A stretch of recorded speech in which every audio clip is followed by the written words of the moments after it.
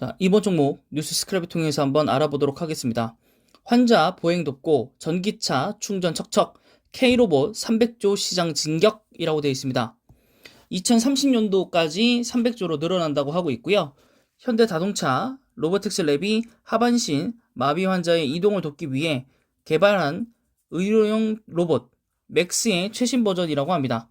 지난 가을 미국에서 사용성 평가를 마치고 미국 식약품 FDA 승인 신청을 위한 준비 작업을 하고 있습니다. 여러 가지 역할을 할 수 있는데 그 중에서도 또한 전기차 충전 로봇 기술까지도 상용화 수준까지 이르렀습니다. 지난해 인수한 보스턴 다이내믹스와 함께 교류도 시작이 되었기 때문에 이후에 좀 업력이 오래된 보스턴 다이내믹스의 노하우와 기술력을 좀 이전을 좀 받아서 혹은 협력을 받아서 더 진보되어 있는 로봇을 개발할 수 있겠죠. 그럼 사실 의족이 아니라 로봇을 입는 그런 수족도 일부 개발이 될 거라 보고, 그렇다면 지금 뭐 하반신 마비라든가 뭐 일부 몸이 불편하신 분들 같은 경우에도 일상생활이 가능한다든가 뭐 운동 이런 정도까지도 아마 가능할 거라고 봅니다.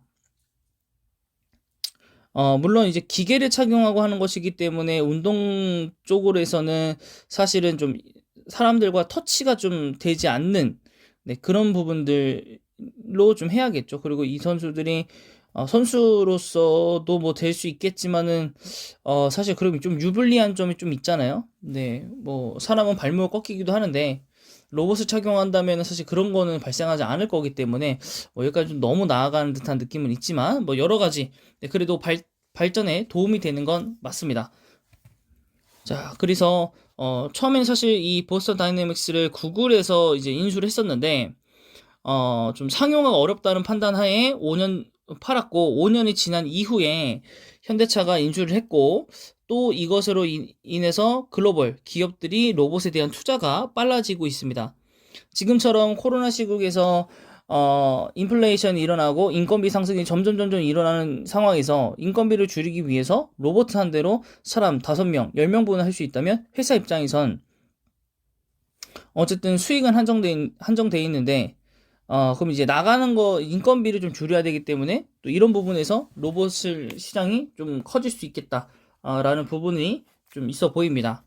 자, 로보틱스와 그 다음에 한화, 정밀기계 등이 이끌고 있지만 시장 점유율이 3% 미만밖에 되진 않고요. 그래서 삼성전자가 올해 새롭게 태스크포스 TF라고 하죠. 그래서 TF 팀을 로봇 분야로 결정을 했고요. 그 다음에 현대차 그룹에서는 웨어러블 로봇인 첵스와 그리고 백스 이것이 현재 국내 기아 공장 일부에서 적용되고 있다고 합니다. 이건 관련 주가 보고 오시겠습니다. 우선 현대차고요. 현대차는 이제 주봉으로 좀 갖고 왔고, 현대차는 이제 SK 제가 설명해 드렸던 것처럼 지속적으로 물론 이런 식으로 해서 이제 바닥을 찍는 듯 했지만은 요렇게 해서 지금 약간 느낌이 상승 쪽으로 다시 올라가는 추세잖아요. 그죠? 그래서 뭐 이렇게 해서 뭐 한 번 정도 더 출렁거릴 수 있겠지만은 연말 배당이 지나고 나면은 그래도 제 생각에는 뭐 이런 식으로 미미하게 해서 이렇게 올라갈 것 같습니다. 그래서 본주가는 사실 24만원 정도가 돼야 되거든요. 현대차 같은 경우에.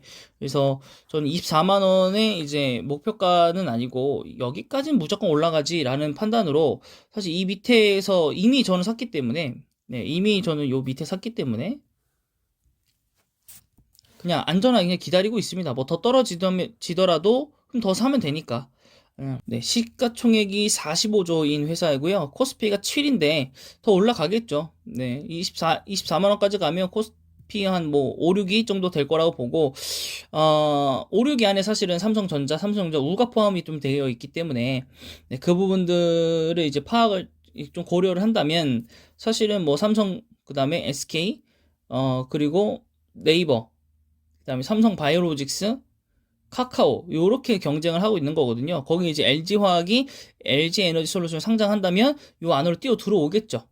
그럼 이제 과연 이제 이 현대차가 과연 자동차만으로는 코스피 10위도 이제 유지가 어렵기 때문에 이런 로봇 기반 사업에서도 조금 뭔가 이제 변화하려는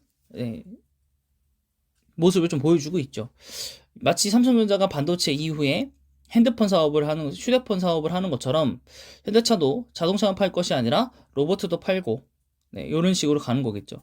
네. 자, 다음 종목은 이제 레인보우 로보틱스입니다. 레인보우 로보틱스 같은 경우에 제가 이제 로봇주들 관련주 쭉 했을 때 제일 다 위험하고 뭐 다 적자고 하다 보니까 제가 뭐 추천은 못 드렸었는데 그래도 레인보우 로보틱스 같은 경우에 뭐 거의 지난달이나 지지난달에 아마 설명드렸을 거라고 생각을 듭니다. 꽤 오래전에 드렸던 걸로 아는데 아니 이게 시가 상장 이후에 거의 지금 바닥이지 않냐? 처음으로 돌아오지 않았냐? 그래서 오히려 로봇주들을 투자하려고 한다면 레인보우 로보틱스가 낫지 않느냐라고 말씀을 드렸고, 예, 벌써 거의 한 50%가 올랐습니다. 거의 수익률 지금 50%에 도달했습니다.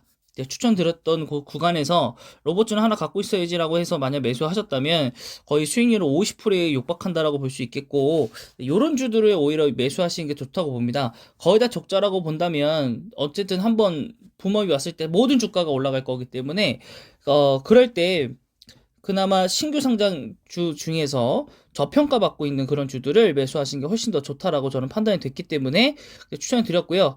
네, 그래서 수익 뭐 50% 수익 나신 분들 있을지 모르겠지만 영상 꼼꼼히 보신 분들께서는 네, 수익을 보셨을 거라고 봅니다.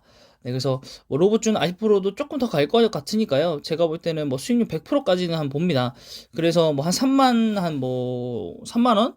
3만 원까지는 무리 없이 좀 들고 가고 3만 원 이후부터는 이제 좀 분할 매도로 접근을 하셔가지고 이후에 추가적인 매도를 하시면 네, 더 큰 수익이 낼 수 있을 거라고 봅니다.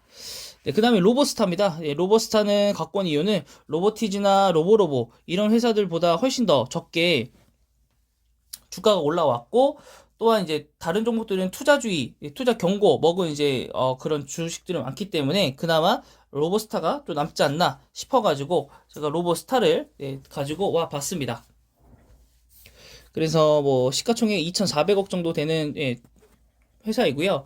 코스닥 413이고 그다음에 액면가 500원이고요. 외국인 소진율은 2.43%가 됩니다. 네, 재무는 거의 적자라고 보시면 될 것 같습니다. 그래서 이렇게 세 개의 종목에 대해서 영상을 한번 찍어봤습니다. 영상이 마음에 드셨다면 구독과 좋아요